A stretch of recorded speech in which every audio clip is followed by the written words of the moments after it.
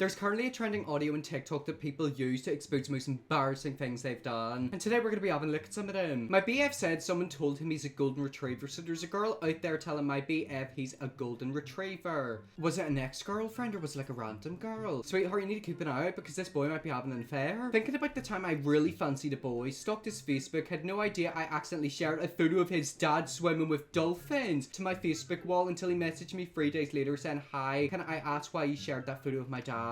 Oh my god, yeah, that is not good. Yeah, your future with that boyfriend is completely ruined now. So basically she's stalking him and then somehow like shared a photo of his dad and it was up for 3 days. I mean, there's been times where I've accidentally posted a really ugly and embarrassing photo of myself in Snapchat in my story, which I did not mean to post, and it's been up for like an hour. But 3 days? Oh god, yeah, that is bad. The time a boy came up to me in the pub and tried to talk to me, but he was speaking really slow, so I said I speak English, you know. He goes, "My bad, I have a brain disorder. Struggle sometimes." Oh no, I kind of feel bad for him, but then I also kind of feel bad for you. Obviously you didn't know, and to be fair, I'm kind of with you. Like, I hate it whenever people speak really, really slowly. If I'm having a conversation with you, you need to get to the point quickly. Like, don't speak like this. You know, if you're gonna speak quickly. But that poor man had bloody brain disorder, and you didn't know as well. When it's 8 p.m. and I still haven't decided whether I want to start watching a new series, rewatch my comfort series, or actually read my book. I mean, I struggle really badly with procrastination. It's actually really bad. I don't know how to describe it, but if you're ever in a situation like she is or that I'm in, it's hard to choose something to do. It's kind of like anything, like career-wise. If you want to do something in your career, there's so many things, and it's like, oh my god, which one do I do? And then with me, whenever my procrastination period is over, like it's too late, like I can't actually do what I was intending on doing. When I had an obsession with Ross Lynch and really thought he was going to fall for 12-year-old me in my Bow Ugg boots, Hollister fit, and drawstring bag with his face on it while acting like this. Do you want to know something? We're all delusional and there's nothing wrong with being deluded. You could maybe manifest it. Like, maybe he remembers you. I mean, you don't know, maybe he did have feelings for you. I don't know how old he was there. I hope he wasn't over the age of like 15 or 16 because that could be class pedophilia. But you don't know, in the future, you and him could maybe fall in love. You might have manifested it into the future. When I remembered that I was talking to a guy at a party and I was a little tipsy and told him that I loved his accent and asked him where he was from. And then he informed me that he doesn't have an accent and he talks that way because he's partially deaf. I guess you could kind of blame it on the alcohol. But god, yeah, that isn't good. There are some deaf people who can kind of like hear. He is partially deaf, to be fair, so he can kind of hear but not that well. But you want to know something? At that point it's probably best just to walk home and never go to that area ever again. I mean, I hope like he's not in your area because you might have to stay the next day. Thinking about the time I got my first Hollywood wax, I was told to take my underwear off but proceeded to take off all my clothes and laid on the waxing table completely naked. Okay, Hollywood wax, I don't know what that is. I'm assuming it's probably private, but yeah, just, you know, pull up your skirt, don't strip down naked. Oh my god, imagine the poor waxer. She's probably looking at you thinking, why are you completely like, oh, naked? People who get their bits waxed, honestly, they need to be put into the front line of a war because they're soldiers. I'm telling you right now, I cannot get anywhere waxed. Me remembering when I was working at Costa and there was a lady in a wheelchair trying to order, but I couldn't see her under the counter, so I kept shouting, "Next, please." Oh my god, talk about a nightmare. I mean, to be fair, it's not actually your fault because if you don't see her, then, you know, you can't really see anyone there. Did no one else, like, you know, sort of go, oh yeah, there's someone like there, like, look down? I feel like Costa should maybe like put a ramp for people who are in wheelchairs, or I don't know, maybe make it so you can actually see someone who might be in a wheelchair.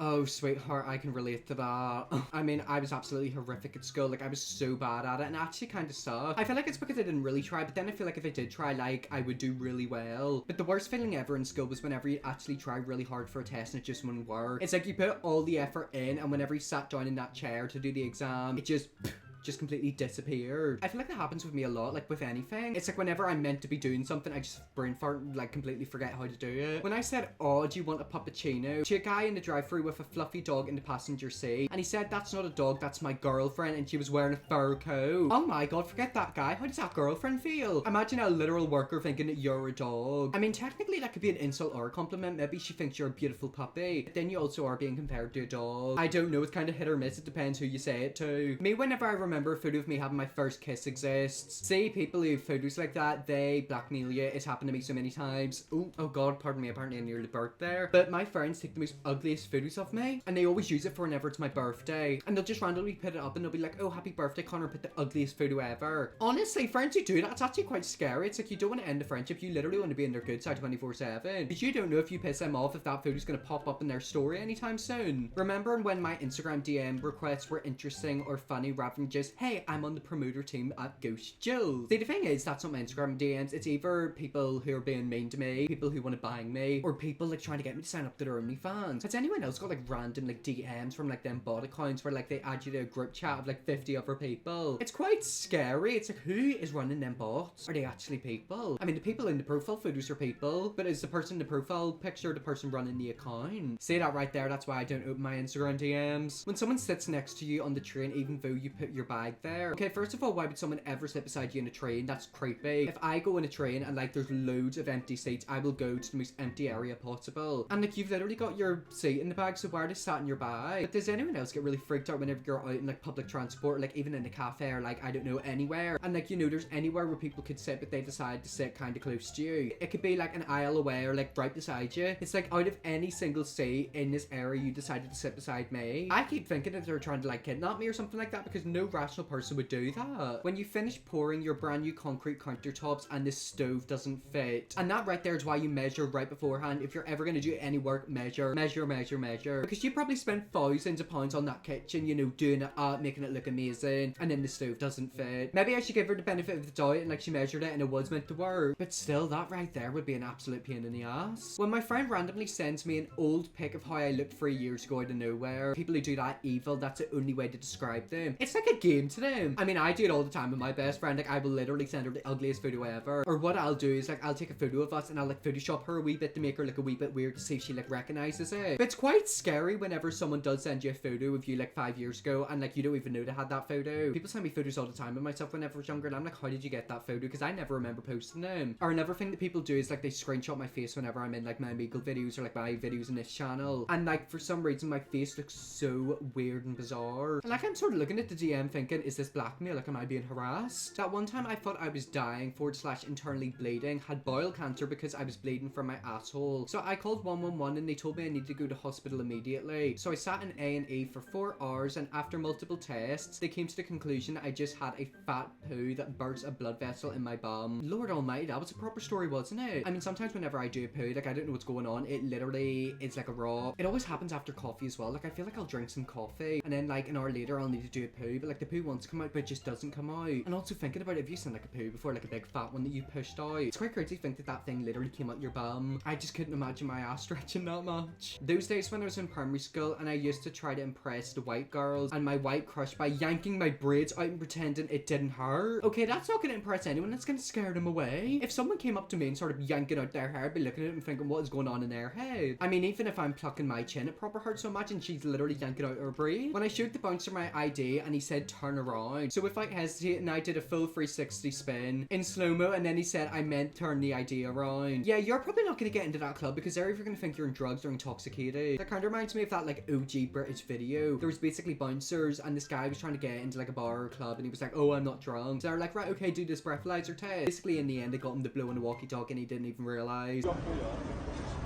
It's a radio, you muppet. That time when I just got home at 12 from a date with someone I really vibe with, and my mum asked for his name and he sends me a screenshot at 12:05 a.m. of her requesting his private Instagram account that I didn't even follow. Oh my god, your mum is proper on the case. She wants to know who that man is. I mean, to be fair, it could be a killer. For all you know, you could have been his next victim and mama is there to protect you. One thing I'm happy about is that my parents don't do social media because I'm telling you right now, imagine them watching my YouTube videos, I think I'd die. When I touched my driving instructor's leg, not once but twice by accident, and he said, wow, twice, lucky me. Oh yeah, at that point you do not want to be doing driving lessons with him. I bet you he probably took your number and like tried to text you afterwards as well. Ooh, that's so freaky, isn't it? It's like, what do? You kind of just freeze. When I was in the psych ward and this girl started having a tic attack and I had no idea what those were, so I said, okay, beatboxing legend. Oh god, yeah, not good. See, the thing is, I kind of do suffer from tics. It depends. I haven't actually been diagnosed, but I'm pretty sure I do have some form of Tourette's because I have tics all the time. I always edit them on my YouTube videos. But that poor girl probably thought you were being serious. Yeah, at that point, I probably would go to sleep and never want to wake up again. Well, anyways, guys, that's some embarrassing things that people expose about themselves on TikTok. If you want to see me do a part 2, let me know, I definitely will. Thanks so much for watching this point. If you have, and I'll see you all tomorrow for another video.